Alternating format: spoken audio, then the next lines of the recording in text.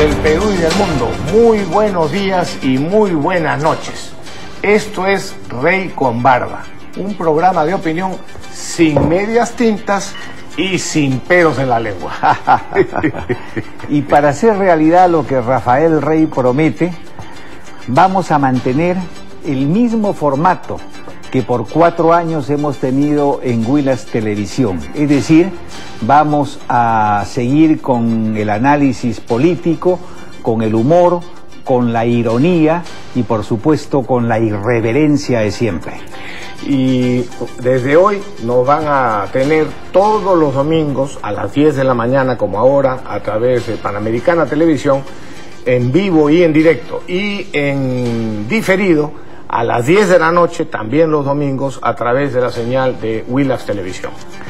Y como método de trabajo, vamos a hablar en lo posible con ejemplos y vamos a matizar nuestros comentarios con anécdotas históricas, lo cual no es muy difícil para nosotros, porque tanto Rafael Rey como yo conocemos a quienes han sido protagonistas de la historia del Perú en los últimos 50 años. Bueno, en los 50 serás tú, compadre.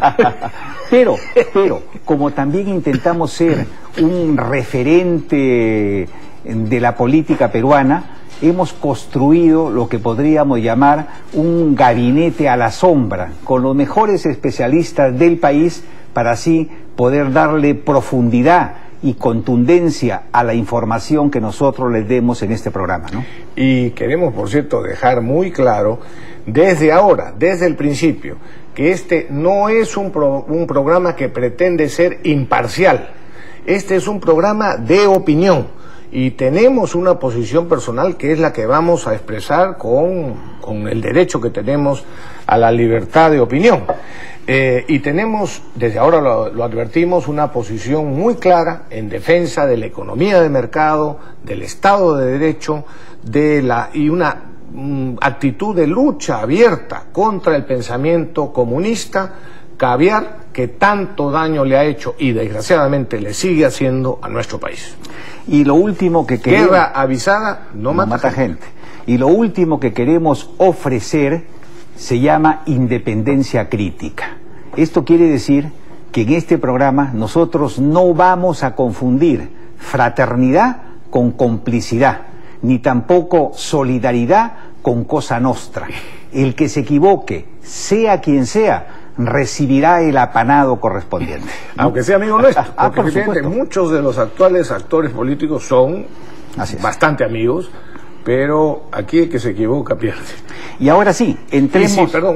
Y si nos equivocamos nosotros, también nos disculparemos, rectificaremos con toda tranquilidad. Nosotros no tenemos ninguna falsa humildad para creernos sabelotodos. Bueno, y ahora sí, entremos de lleno al programa. Leyendo los diarios de hoy, me he encontrado con 3 noticias sorprendentes.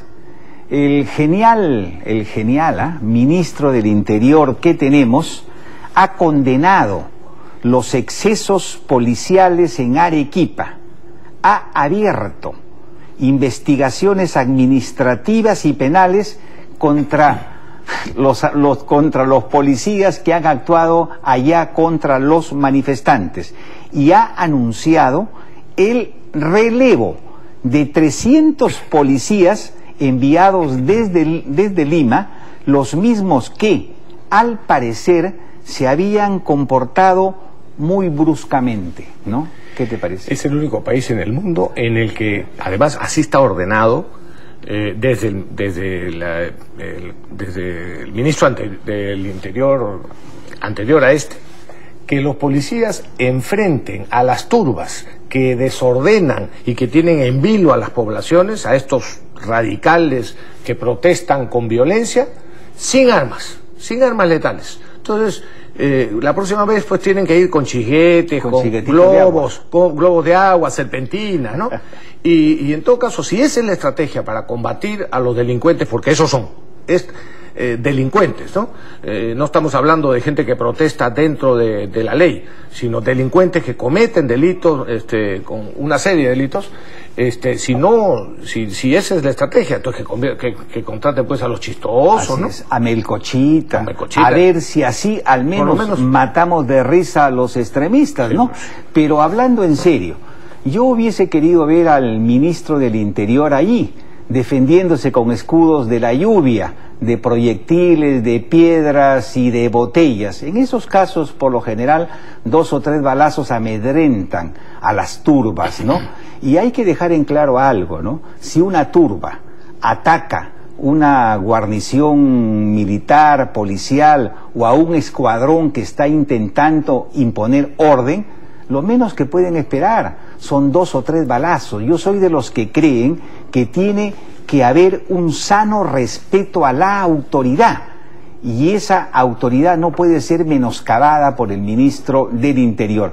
Que a veces se les pasa la mano, sí, pero yo he notado en todos los medios de comunicación que lo que hay es una crítica feroz a los representantes del orden, ¿no? Así es. Y no hay casi ninguna crítica contra esta banda de salvajes que han capturado una provincia y están imponiendo su ley a sangre y fuego. Después hablaremos un poquito de la responsabilidad que tienen los medios, pero ahora que mencionas eso, Pepe, vamos a dejar claro el tema. Efectivamente, gran parte de la culpa de lo que está sucediendo, de la falta de autoridad que existe en el país, la tienen algunos medios de comunicación que le sirven de altavoz a los delincuentes, que no critican con suficiente firmeza los atropellos y los delitos que ellos cometen, y en cambio a los que efectivamente nosotros no estamos, por si acaso, amigos televidentes, justificando por ejemplo el sembrado de armas o lo que fuera. No estamos, y no confundan las cosas, pero lo que no creemos que es adecuado es que el propio ministro del Interior cargue las tintas sobre la gente, la mayor parte de los cuales, de los policías, son gente que cumple con mucho sacrificio, con mucho esfuerzo de él y de su familia, las funciones o los deberes que les son mandados, no los eligen ellos. No hay derecho que se les falte el respeto quitándoles el piso o quitándoles el respaldo cuando lo necesitan. Y otra noticia delirante con la que me he encontrado es la del ministro del Ambiente. Este señor se llama Manuel Pulgar Vidal. Parece ser un gigante de la planificación estratégica. Él piensa que para solucionar el problema de Tía María no hay que insultar ni provocar a los manifestantes. Insultar está bien, ¿no? Sino insistir en el diálogo. Sí, pero el problema es que, sí, Manuelito Pulgar, el problema es que esta gente ya ha demostrado que no le interesa dialogar, lo que le interesa es enfrentar, lo que le interesa es generar disturbios, maltratar a las personas y de paso, si pueden, conseguir un muerto. Unos muertitos. Algún muertito, ¿no? Lo cual ya lo tienen, por cierto. Ya lo tienen. En el caso ya lo tienen. Y si vienen más, bienvenidos. Bienvenidos, para ellos bienvenidos. Para ellos bienvenidos, porque eso significa fortalecer su proyecto político, ¿no? Bueno, y la otra... Y ya es hora, no pretendemos dictar normas ni nada, pero por lo menos nos sentimos con gusto de tener la posibilidad de decir esto que estamos diciendo y de criticar a estas personas por lo que dicen y por lo que hacen, y tener la oportunidad de decirlo, porque creemos que representamos la opinión de millones de peruanos. Y la tercera noticia tiene que ver con la ONG Amnistía Internacional, que ha saltado a la palestra para indicarle al gobierno, cuidadito, hay que respetar los derechos humanos de los manifestantes. O sea que hay que dejarlos pues revolotear y destruir todo lo que encuentren a su paso. Qué bonita forma de fortalecer el Estado de Derecho en nuestro país, ¿no? Y lo mismo, o sea, a eso de Amnistía se ha aprovechado para plegarse la famosa, y también es una ONG, pero con nombre rimbombante, la Coordinadora Nacional de Derechos Humanos. Claro, de los derechos humanos de esos sinvergüenzas y revoltosos, pero no los derechos humanos de los policías honestos. No hablo de los que han ejercido un exceso. Y de los miles de ciudadanos peruanos que han sido bloqueados, golpeados, postergados en sus necesidades, y que en estos momentos están perdiendo miles de soles, ¿no? Sí, mira, Pepe, comentábamos ayer, preparando este asunto, y lo hemos dicho muchas veces y lo volveremos a decir, la gente tiene derecho a protestar, tiene derecho a hacer huelga, tiene derecho a exigir lo que sea, siempre que lo haga dentro de la ley, ¿no?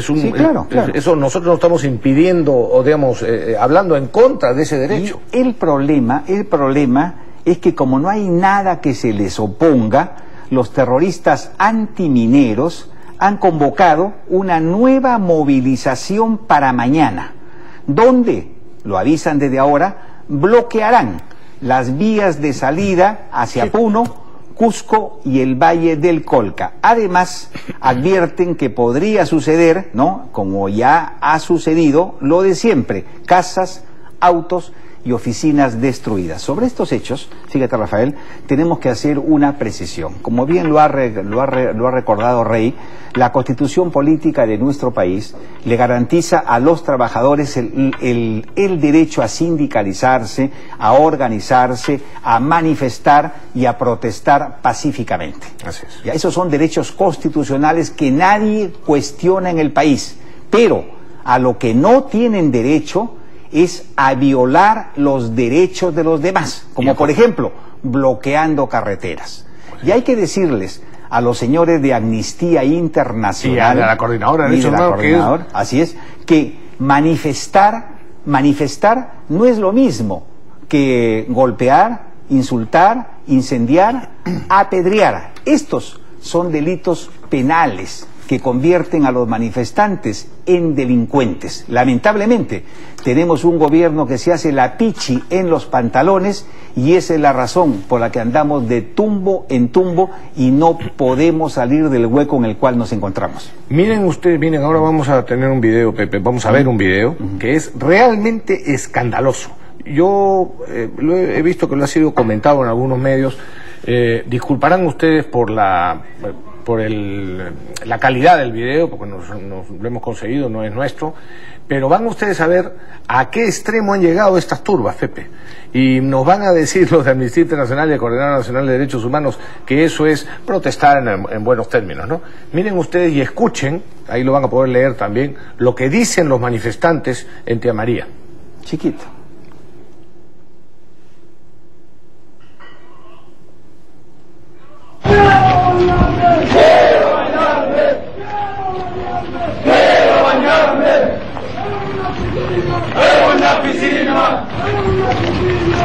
Una piscina llena de sangre, llena de sangre, sangre de trompo, sangre de blanco, esa sangre,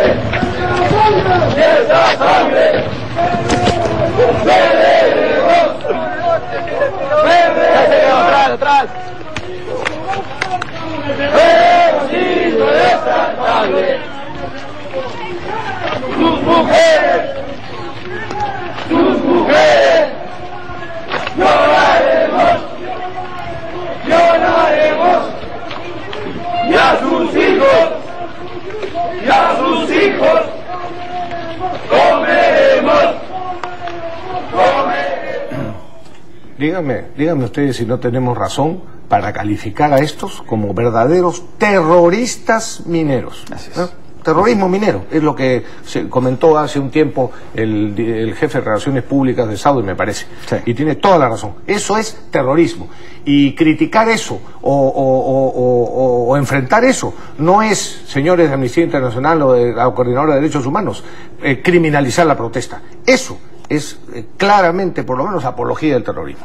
Y si revisamos las estadísticas, miren ustedes, en ningún país del mundo los antimineros han tenido tanto éxito como en el Perú. Desde que comenzó el gobierno del señor Humala, los comunistas disfrazados de medioambientalistas han logrado paralizar proyectos mineros importantísimos que en conjunto se acercan a los 30.000 millones de dólares. Los casos más emblemáticos son conocidos por todos: Conga, Galeno, Tía María, Hilarión, Michiquillay, entre otros. De haberse ejecutado estas inversiones, hubiésemos incrementado nuestras exportaciones en 8.000 millones de dólares y se habrían creado 160.000 puestos de trabajo directo, así como 400.000 trabajos indirectos. Lo dramático de esta paralización minera en el Perú es que todos estos proyectos han sido frenados por razones políticas e ideológicas. Y lo más grave, lamentablemente, es que tenemos un gobierno que se ha mostrado impotente y claudicante frente a unas turbas que están logrando su meta, Rafael, Totalmente. de detener el desarrollo económico de nuestro país. Para los que no lo saben, el Perú tiene las mayores reservas mundiales de plata, tiene las segundas reservas mundiales de cobre y figura entre los 5 países con mayores yacimientos de plomo y zinc en el mundo. Si nuestro país cediese a la presión de los terroristas antimineros, sería el único país en la historia de la humanidad que se ha negado a explotar sus recursos naturales. Sin embargo, y aunque parezca increíble, esto es exactamente lo que está pasando en nuestro país. Y lamentablemente tenemos una prensa y unos analistas políticos y que se dedican a darles primeras planas al tema de los pañales y no se ocupan de lo fundamental, del bolsillo del Perú, que es la minería. Exactamente. Sobre esto, Rafael, mira, tanto el economista Hernando de Soto como el jurista Enrique Gersi se han preguntado lo mismo que tú te preguntaste primero hace ya bastante tiempo. ¿Cuál es la diferencia? Escuchen por favor. ¿Cuál es la diferencia entre encontrar petróleo en tu jardín en Talara o en Houston? La respuesta es que si lo encuentras en Houston eres rico. Te conviertes en millonario. En millonario, porque el petróleo es tuyo. Mientras que si lo encuentras en Talara eres pobre, porque eso es del gobierno. En el Perú, de acuerdo a nuestra Constitución, el propietario del subsuelo le pertenece a todos los peruanos, en consecuencia al Estado o a nadie, ¿no? Entonces, ¿qué hay que hacer? Es lo que hemos estado discutiendo con Rafael y con otros amigos que son técnicos. ¿Qué hay que hacer para poder paralizar este clima de violencia que hay en el país? Hay que ir al fondo. Hay que ir al fondo y hay que ir a un cambio en la Constitución. ¿Para qué? Para que el subsuelo... El dueño de la superficie. El dueño de la superficie, sea una comunidad, un distrito o una provincia, o una sean persona individual. Los propietarios que negocien directamente con las empresas mineras. De esa manera las comunidades y los distritos se comprometen directamente con las empresas y ellos se convierten en responsables y sobre todo les quitamos todas las banderas a estos grupos de renegados que lo único que intentan es aprovecharse de las legítimas reivindicaciones populares para canalizarlas a través de un proyecto político miserable contra nuestro país, ¿no? Sí, pues, muy bien. Podríamos seguir hablando de esto, pero bueno, vamos a ocuparnos de otro tema. Caterina. A ver, mañana se presenta en el Congreso el presidente del Consejo de Ministros con su gabinete para conseguir el voto de investidura. Bueno, y al margen de su pasado borrascoso y de su tendencia al insulto y al pandillaje político, hay que reconocer que el famoso premier de la luz verde ha dado los pasos correctos para contar con el voto de confianza del Congreso. Sin embargo, todo va a depender de lo que diga, ¿no? Sí, claro. Exacto, ¿no? Sí. Si se mantiene la tónica de las últimas semanas, no hay ninguna razón para que no pase la valla congresal. Por otro lado, conversando nosotros con los voceros de las distintas bancadas, nos dicen que hay la mejor disposición, que hay buena leche para que el gabinete sea aprobado. Lo que sí le van a exigir, por supuesto, es que en la exposición del Plan General de Gobierno revele pues algunas estrategias para frenar la desaceleración económica de nuestro país, para frenar el tema de la delincuencia y el tema de las famosas mesas de claudicación. Yo diría para recuperar el principio de autoridad. Y recuperar el principio de autoridad, ¿no? Para recuperar el principio de autoridad. No puede ser que sigamos en este plan. Eso es la peor. Cuando en un país las turbas son las que mandan, y eso es lo que está sucediendo ahora, simplemente se ha perdido todo, porque se ha perdido el orden. Así es. Cuando un gobierno da la señal, como lamentablemente dio en su momento Alejandro Toledo, y también originó una serie fue el origen en realidad de estos desmanes populares, y como lo ha dado este gobierno hasta ahora, la señal de que el que quiere algo tiene que protestar. Y cuanto más radicalmente y más delictivamente proteste, más rápido va a conseguir lo que está pidiendo, aunque eso sea imposible de otorgar. Entonces se ha perdido absolutamente toda posibilidad de progresar en ese país. Pero más allá de esta votación, que va a ser sencilla para el señor Cateriano, el mayor problema que va a tener el nuevo premier se llama Ollanta Humala, quien por razones políticas, esto hay que entenderlo, va a seguir confrontando con Fuerza Popular y por supuesto también con el APRA. Ustedes se preguntarán por qué. Bueno, Humala sabe que hay un sector importante de la población que es antifujimorista y antiaprista, el mismo que no tiene una representación política, y es aquí donde aparece el razonamiento de Humala de la siguiente forma. Si yo polarizo con estos partidos, mucho o algo de estos numerosos votos podrían venir hacia el nacionalismo, con lo que podríamos en el 2016 no solo pasar la valla electoral, sino también conformar una pequeña bancada que lo defienda en el Congreso. Esta es la razón por la que el presidente de la República no va a parar en lo que se refiere a confrontar y a polarizar con Keiko Fujimori fundamentalmente y con Alan García, porque ahí hay votos que ellos necesitan con urgencia para su proyecto político. No quiero interrumpirte, sí, pero tengo que interrumpirte para ir a la pausa. Termina. Termino diciendo que Cateriano la va a ver muy difícil, ¿no? Porque lamentablemente el presidente de la República, en aras de su futuro político, le va a poner tremendas piedras en el camino que ojalá pueda saltar, lo dudo, porque lo veo con una barriga bastante sospechosa. Muy bien, amigo, ¿no? Vamos a la pausa. Vamos a la pausa.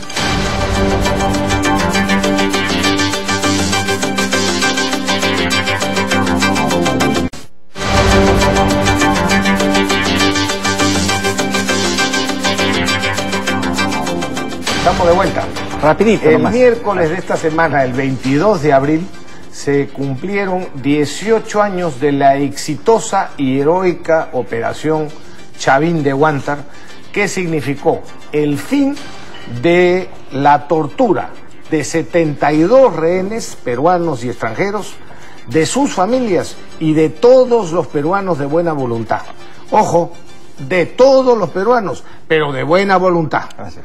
Y esa operación, desde esa fecha, significó lamentablemente el inicio de la tortura a la que han sido sometidos desde entonces los comandos Chavín de Huántar, que nos liberaron de estos terroristas genocidas.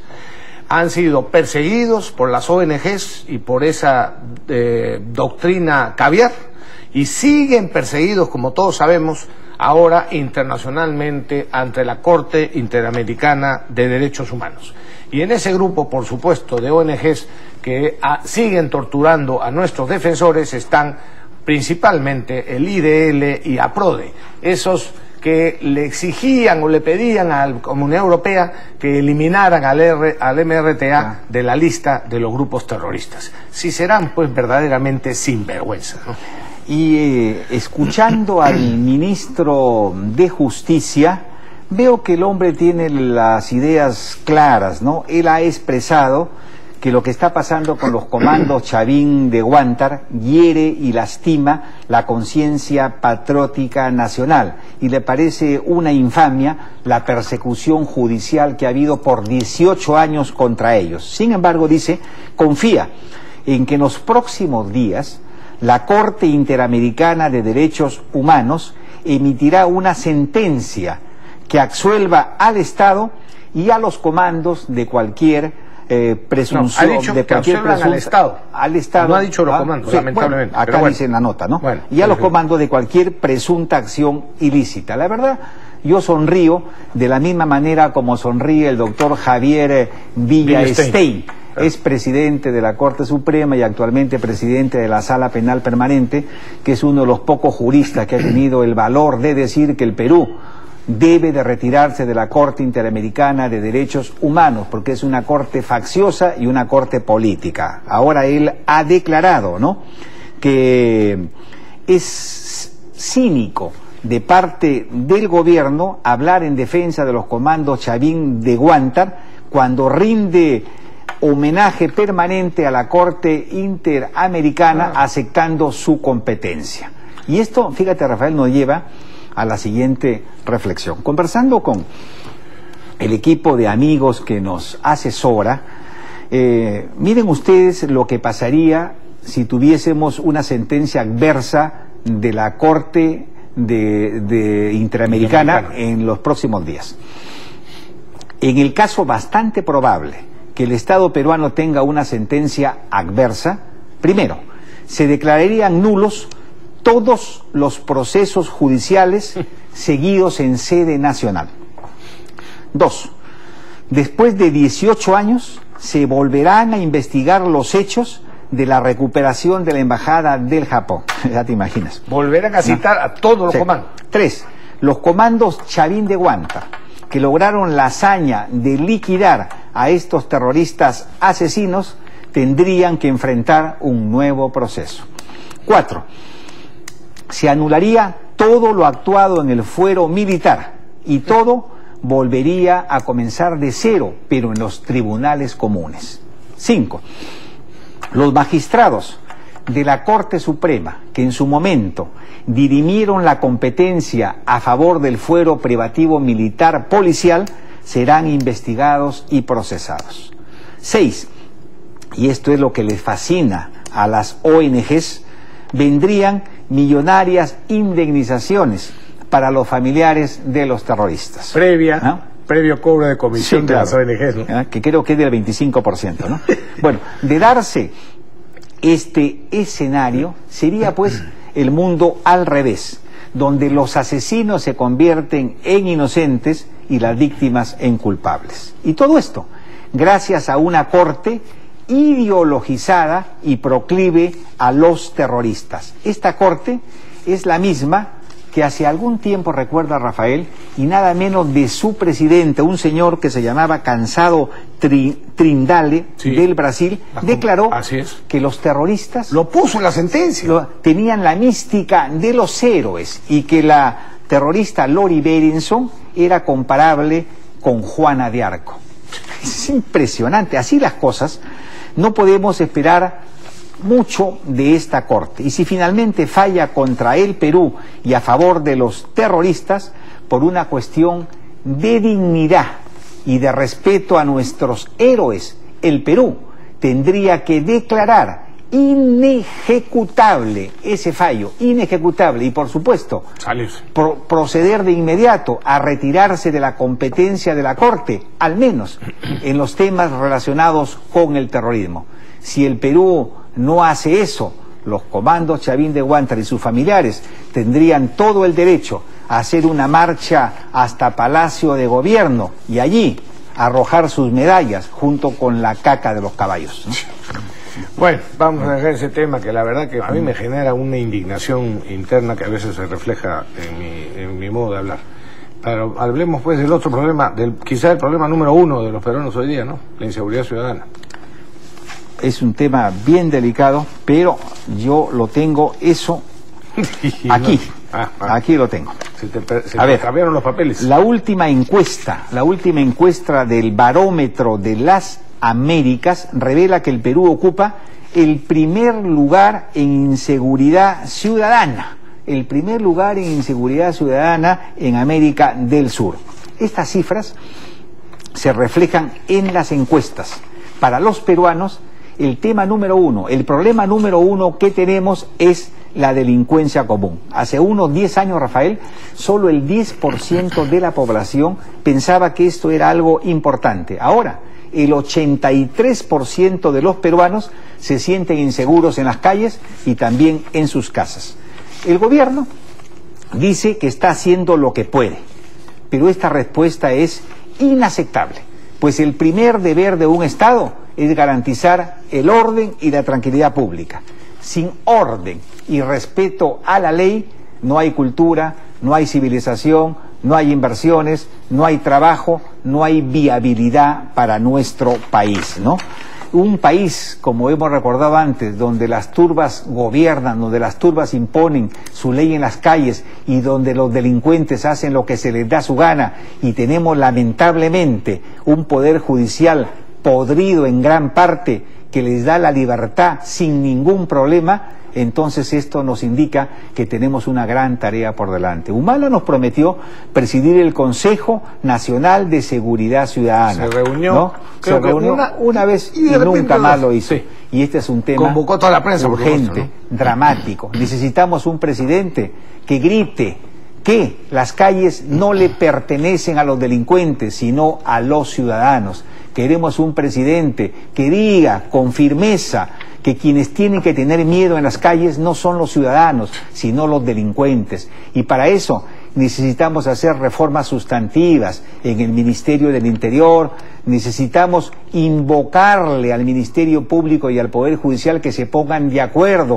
para no liberar delincuentes, pero lamentablemente los informes que nos llegan de todas partes es que estas instituciones se encuentran realmente podridas. Bueno, y efectivamente, necesitamos también que haya una verdadera moralización en la policía, por supuesto, porque algunos de los que actúan como delincuentes lamentablemente son policías o ex policías, una moralización profunda en la policía, pero también, junto con eso, porque también hay policías honestos, lo que no se puede permitir es quitarles el piso, quitarles el apoyo y el soporte que necesitan los que legalmente tienen que combatir la delincuencia, ¿no? O sea, hay que ser coherentes. Y recordemos lo que hace algún tiempo dijo el general Miyashiro, que en su concepto en la Policía Nacional, por ejemplo, habían aproximadamente 30.000 policías corruptos que había que sacar, ¿no? Y que se convierten en gente que finalmente termina corrompiendo a los nuevos policías que ingresan a la fuerza policial.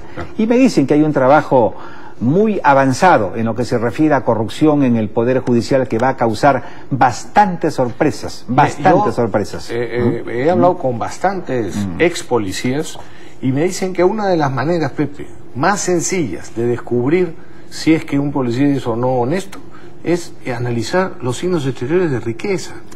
Hay capitanes que andan en sus tiempos libres en camionetas bien caras, ¿eh? Entonces no me digan, pues, capitanes, digo, por poner un ejemplo cualquiera, ¿no? Claro, si tú quieres realmente moralizar las instituciones, no es difícil. Miren ustedes lo que pasó en Italia, por ejemplo, con el Poder Judicial. Se investigan los signos exteriores de riqueza.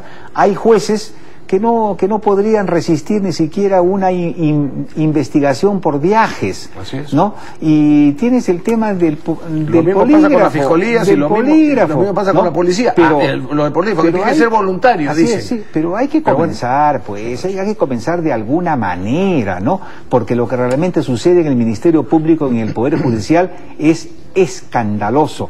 Conversando con muchos abogados, entre ellos con algunos muy decentes, nos dicen que cada vez que entran al Poder Judicial se sienten asqueados y que si fuesen terroristas, ¿cómo les gustaría poner una bomba, no? Qué horror. Pausa, vamos a una pausa. ¿No? ¿Todavía no? Sí. ¿No nos han avisado o tenemos que ir a pausa? ¿Tenemos que ir a pausa? Sí, vamos a la pausa.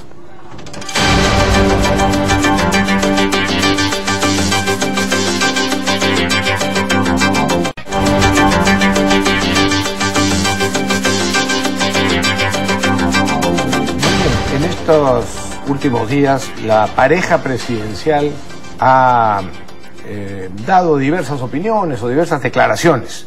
Por ejemplo, el presidente de la República, que merece que los comentemos un poquito. El presidente de la República, el señor Ollanta Humala, le dijo a los empresarios que se pusieran la camiseta e impulsaran la economía del Perú. Fíjate si tendrá cuajo este señor. como si los empresarios micros, medianos y grandes de nuestra empresa no tuvieran hace rato la camiseta, mucho antes, por supuesto, que el presidente de la República tuviera interés en ser presidente. Tenemos millones de compatriotas comerciantes que se levantan a las 4:30 de la madrugada y terminan de elaborar a las 7, a veces y a las 8 de la noche. Trabajan todo el día para ganarse unos soles, y a esta gente se le falta respeto con declaraciones de ese tipo, ¿no? Y esto no es más que una lavada de manos como para decir que los culpables del estancamiento en el que por culpa del Perú nos hemos metido, digo, por culpa de este gobierno, se ha metido al Perú, serían los empresarios, ¿no? Como si ellos no, como tú dices, se gastaran diariamente para producir, para generar trabajo, para generar riqueza, para pagar impuestos, etcétera. Pero además, otra frase del presidente, no son, que es el colmo, no son los trámites burocráticos los que han frenado las inversiones, son los empresarios los que se desalientan muy fácilmente o con mucha rapidez.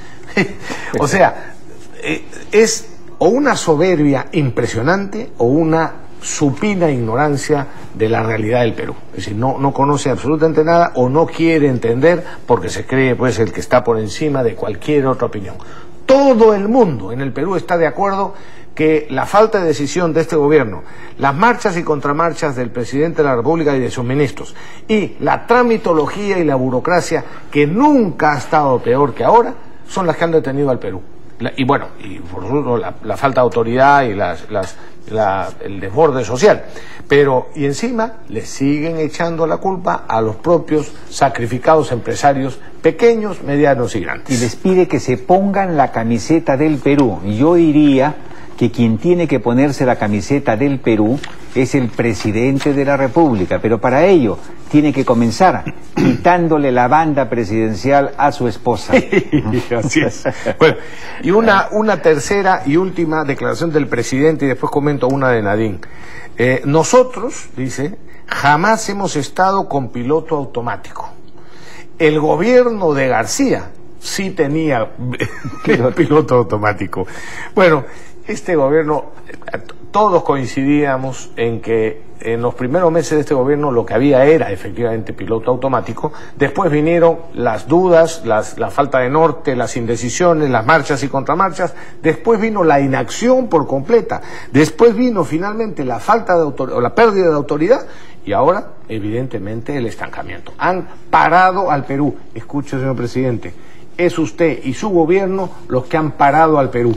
No se sigan amparando en la crisis externa, porque otros países de Sudamérica, con mucho menos recursos naturales que nosotros, con mucho menos posibilidades de generar empleo, han crecido mucho más que lo que hemos crecido durante su gobierno. Y Nadine, la reducción de la pobreza es fruto de una política social de nuestro gobierno, dice, focalizada y dirigida a los más pobres. Otra que tiene una soberbia inmensa o mucha ignorancia. Les pongo solamente dos datos a los televidentes. Pensión 65, que es uno de los programas sociales que más emblemáticos, ¿no? No hablamos, no estoy diciendo que no sea positivo, sí, pero no en la forma en que se ha hecho. ¿Por qué? A ver, el objetivo que tenía Pensión 65, Pepe, era darle ese dinero a los pobres extremos. Bueno, un estudio reciente del Instituto Peruano de Economía ha establecido que el 44% de los que recibe la pensión 65 no es pobre. El 46% sí son pobres, pero solo el 10% son pobres extremos, que eran el objetivo a quien estaba dirigido este programa social. Y el segundo dato, en el anterior gobierno, fomentando las inversiones, que es la mejor manera de generar empleo, se redujo la pobreza de 57% a 37%. Es decir, en 5 años se redujo en 20 puntos porcentuales. Dividiendo entre 5 es 4 puntos porcentuales por año. ¿Saben a cuánto en promedio se ha disminuido la pobreza en estos años de este gobierno? A 1 o 1.2%. Entonces, que no me digan que los programas sociales, que son los que han impulsado este gobierno, paralizando las inversiones, son los que generan reducción de pobreza. Y ya que has tocado el tema de la pareja presidencial, los voceros del Partido Nacionalista en el Congreso se oponen rabiosamente a que la señora de Humala pueda ser citada por la comisión investigadora que está viendo el tema de Martín Belaúnde Locio. Esta citación no es un tema de gustos, por si acaso, ¿no? Nuestro marco constitucional es muy preciso. Cualquier ciudadano que sea citado por una comisión investigadora tiene que acudir, ¿no? Tiene obligación de ir. Y ella, como presidenta del Partido Nacionalista, está obligada, legal y moralmente, a esclarecer las acusaciones que pesan sobre su persona. Más aún, y dada la abundante documentación que existe, ella debería ser la primera interesada en asistir para de una vez por todas borrar este caso. Y les conviene, les aviso políticamente, que sea ahora, cuando tienen influencia en el Congreso y en la Fiscalía y en el Poder Judicial, y no después, cuando va a haber una mayoría completamente distinta a la que hoy existe en el Congreso. Así que más les valdría de una vez por todas salir de estos temas. Eso, claro, sería lógico, Pepe, si es que tuvieran la conciencia limpia. El problema de estos señores o de estas personas que es que tienen la conciencia sucia. Bueno, sí, anécdota. Están haciendo cuestión de Estado, con lo cual, digamos, aumentan las sospechas. Exactamente. Aumentan las sospechas. Perdona. Sí. Cuando a mí me acusaron, perdonen que hable en este caso en primera persona, me acusaron en el Congreso de la época del gobierno de Toledo. 5 acusaciones constitucionales tuve. En los 5 casos yo fui el primero que en el Pleno dijo, un momentito, esto no se debate, se constituye de inmediato, a pedido por favor expreso mío, no pierdan un minuto en el debate, una comisión investigadora compuesta por gente de la oposición, para que, o de los que ustedes quieran, para que me investiguen al fondo esta acusación que se me ha hecho, porque yo soy el primer interesado en que se llegue a fondo y demostrar que esta acusación es una infamia. Bueno, así fue en los 5 casos y me declararon completamente inocente. No gente que estaba a favor mío, sino en contra mío. Así que el que tiene la conciencia limpia, le interesa que se investiguen a fondo las cosas. Bueno, y otro que debe calmarse en este asunto es el presidente de la República, que ha llamado cobardes y hasta jauría de hienas a los que piden investigarla, con la cual demuestra su falta de experiencia y una débil formación política, ¿no? Lo que sí podría ser, como sugerencia, lo decimos nosotros, la comisión investigadora, en lo que se refiere a las preguntas, es que se puede acordar, ¿no?, un determinado lugar que podría ser la casa de la señora Nadine para hacerle estas preguntas. Este es un procedimiento que se reserva para los parlamentarios y para determinados personajes, pero es un procedimiento que no ofende a nadie, y que tampoco limita las investigaciones. Esta podría ser una concesión de la comisión investigadora para que el presidente de la República duerma más tranquilo. Y de paso, nos merecemos que el presidente duerma porque queremos que le vaya bien. Aquí nadie quiere que le vaya mal. Todos queremos que Humala trabaje, que se vuelva responsable, que se vuelva más serio, ¿no? Y si podemos colaborar dándole un poco de paz, hagámoslo, pues, ¿no? Esto, por supuesto, no va a calmarlo, porque conversando con algunos especialistas, lo que a continuación voy a decir es lo que motiva su comportamiento. Yo no me había percatado de esto, ¿no? Pero es que pasa lo siguiente. Una cuenta corriente de la investigada Nadine es también una cuenta corriente de Humala, porque no tienen bienes separados.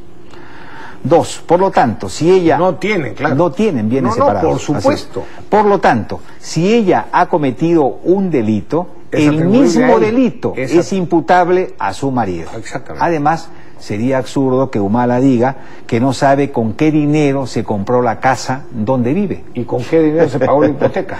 Por otro lado, sí, está demostrado que parte de ese dinero vino de Venezuela por artículos que nunca se escribieron, es lícito suponer que ese dinero no llegó para Nadine, sino para la candidatura de Humala. Y lo mismo podemos decir del dinero que Martín Belaúnde Locio entregó generosamente a este partido. El problema aquí, y con esto concluyo, es que Humala tiene protección constitucional y no puede ser procesado, pero sí puede ser investigado con cargo a que cuando termine su mandato pueda ser procesado formalmente. Y esta es la razón por la que el señor presidente, cada vez que le tocan este tema, grita, insulta y se enerva, ¿no? Están nerviosísimos en el switcher, Pepe. Tenemos que ir a una pausa. Muy bien, pausa y regresamos en 2 minutos.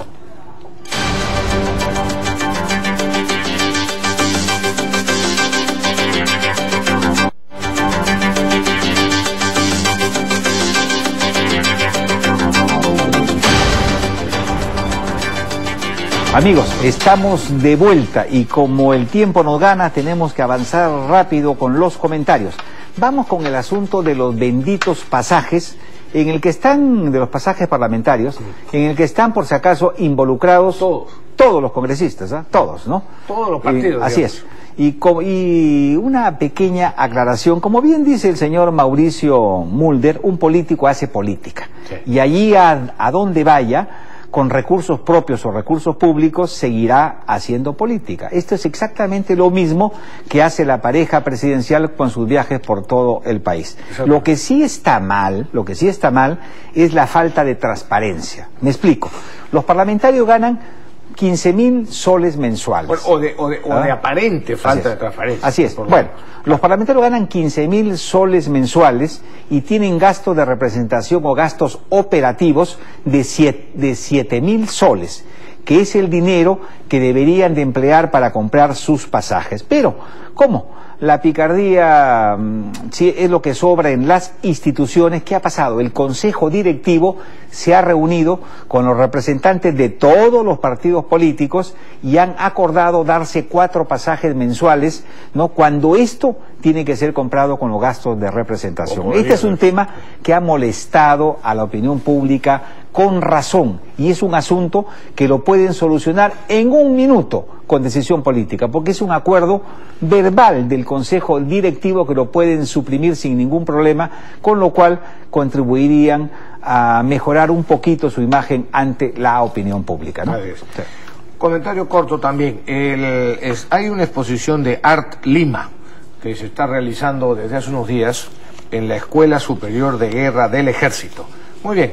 Eso nos parece estupendo, parece que efectivamente es un éxito tremendo esa exposición, pero aun cuando sea un ambiente bohemio y, en fin, original, etcétera, hace unos días sucedió lo que voy a relatar. En este local que está alquilado, miren ustedes en la pantalla, a algunos graciosos se les ocurrió bajar esa especie de banderola en la que se veía la hoz y el martillo, Pepe. Fíjate tú. Sí, increíble. Fíjate si hay derecho que en la Escuela Superior de Guerra del Ejército Peruano se ponga una especie de bandera con la hoz y el martillo. Nada menos que la misma señal utilizada por Sendero Luminoso para atacar a la sociedad peruana y, por supuesto, a los militares del Perú. Y yo solamente le pregunto a los caviares, que por supuesto ninguno ha dicho esta boca es mía para quejarse de este atropello. Yo les preguntaría, ¿qué hubieran dicho si en lugar de la hoz y el martillo salía una banderola con la esvástica nazi? Ahí sí que hubieran gritado, ¿no? Bueno, esto es exactamente igual de grave que la esvástica nazi, porque tanto los nazis asesinaron a millones de personas, y concretamente a más de 6 millones de judíos, como los comunistas, que no solamente Stalin, 40 millones de personas, ¿no? Stalin 20 millones, bueno, 20 Mao millones. Zedong más o menos 30, en total son más o menos 80 millones. Y en el mundo entero cómo han seguido y siguen algunos comunistas matando a gente, así que no hay derecho que se burlen de los peruanos y en concreto de los militares con esas barbaridades. Y un comentario y una reflexión. Hace un momento comentábamos de la responsabilidad que tiene también la prensa, el periodismo, y ahora lo decimos como personas que hacemos periodismo, no somos periodistas, pero hacemos periodismo. Cuando en nuestro concepto, en mi concepto, cuando de opiniones se trata, muy bien, cada uno es libre de dar su opinión, pero si esa opinión o esa declaración de una persona es objetivamente una falsedad, ¿no? Por ejemplo, si alguna persona dice que esto es una pistola, sin embargo son unos lentes, un medio de comunicación serio no puede poner digamos, darle la misma importancia a la declaración de quien dice, de acuerdo a la realidad, que estos son unos anteojos, con aquel que dice que eso es una pistola. Porque el medio, el periodista, puede objetivamente darse cuenta de que son unos anteojos. Muy bien. Cuando estos delincuentes a los que hemos referido, antimineros, afirman falsedades, como por ejemplo, de que el proyecto de Tía María va a consumir el agua del río Tambo, cuando lo que es clarísimo ahora, que va a desalinizar agua de mar y no va a tocar una gota del río Tambo, y al contrario, va a haber más agua para la agricultura porque van a hacerse represas. Entonces, un diario serio como El Comercio, a través de su revista Somos, no puede darle, de servirle de altavoz o de parlante a una señora como Verónica Mendoza, que por más congresista que sea, no tiene ningún derecho a seguir mintiendo y a seguir engañando. Igualito, esta señora, por supuesto, Somos lo omitió, se quedó calladito. Esta misma señora que está volviendo a decir falsedades respecto de lo de Tía María fue la que hizo en su momento el escándalo de Extrata, ¿te acuerdas? En Espinar, sí, ¿no? Diciendo que lo que iban a hacer la minera de Extrata significaba riesgo de vida, de muerte para los pobladores de allá. Y después se demostró la falsedad de las afirmaciones de esta señora congresista. Bueno, ella misma promueve irresponsablemente lo que está ahora diciendo en contra del proyecto Tía María por su ideología marxista, y Somos, es decir, el Grupo del Comercio, le presta sus páginas para que diga barbaridad y media. Eso, perdónenme, amigos del Comercio, no es periodismo serio. Muy bien, a ver, encuestas. El día de hoy se ha publicado la de GFK en el diario La República. Ahí, por ejemplo, el presidente de la República tiene una aceptación de 24% y una desaprobación de 72%. En lo que se refiere al señor Cateriano, de acuerdo con él 35%, desacuerdo 45%, pero lo importante es lo que la gente piensa. Creen que el señor Cateriano debe de ocuparse fundamentalmente del tema de la inseguridad ciudadana. Esto lo piensa el 60 y tantos % de entrevistados. Luego, el tema de las inversiones en hospitales y colegios. A la gente le preocupa pues la salud y la educación, porque saben perfectamente que estamos en los últimos lugares en lo que a calidad educativa se refiere. Y quieren medidas económicas para la reactivación del crecimiento e inversión en nuestro país. Esto lo pide el 59%. Y por supuesto, acuerdos para el desarrollo económico en las regiones del interior. Luego, Humala ya está, Castañeda, baja de 63 a 59%, a pesar del gigantesco cargamontón caviar, ¿no? Y la gente piensa también que se le debe dar el voto de confianza, un 63% al señor Cateriano. Y termino con la encuesta de apoyo en lo que se refiere a candidatos presidenciales. Keiko Fujimori, 32%, Pedro Pablo Kuczynski, 14%, Alan García, 11%, Toledo, 7%, Urresti, 6%, etc. Y luego, en la posible segunda vuelta entre Keiko y Alan, ¿por quién votaría usted? Keiko Fujimori, 48%, Alan García, 21%. Keiko Fujimori frente a Pedro Pablo Kuczynski, Keiko 43%, Pedro Pablo 32%. Yo no descartaría por si acaso este escenario político. Los compañeros son muy optimistas y creen que Alan García ya pasó a la segunda vuelta. Yo les he advertido de que si la salud no lo abandona Pedro Pablo Kuczynski, él es un buen candidato, él es un formidable candidato, tiene 15%, en una buena campaña 7%, y cuidado que podría estar en segunda vuelta. Sí, claro. Esto es una fotografía, en este tema pueden haber muchas sorpresas, y nosotros, por supuesto, en otro momento y en otros programas vamos a seguir con el análisis político correspondiente, porque ahora nos dicen que ya casi no queda tiempo. Sí, pues no nos dicen a ti, me dicen a mí. Pero déjame terminar, ya, Pepe, porque te has acumulado tú la palabra en el último segmento. Bueno, estamos, amigos, nos tenemos que ir en Twitter, en @reyconbarba, nos pueden seguir con el hashtag #reyconbarba, y por supuesto también ahí, bienvenidos los comentarios de todos nuestros seguidores a quienes saludamos, incluyendo a caviares, a trolls y a social confusos. Hasta el próximo domingo. Buenos días y buenas noches. Gracias.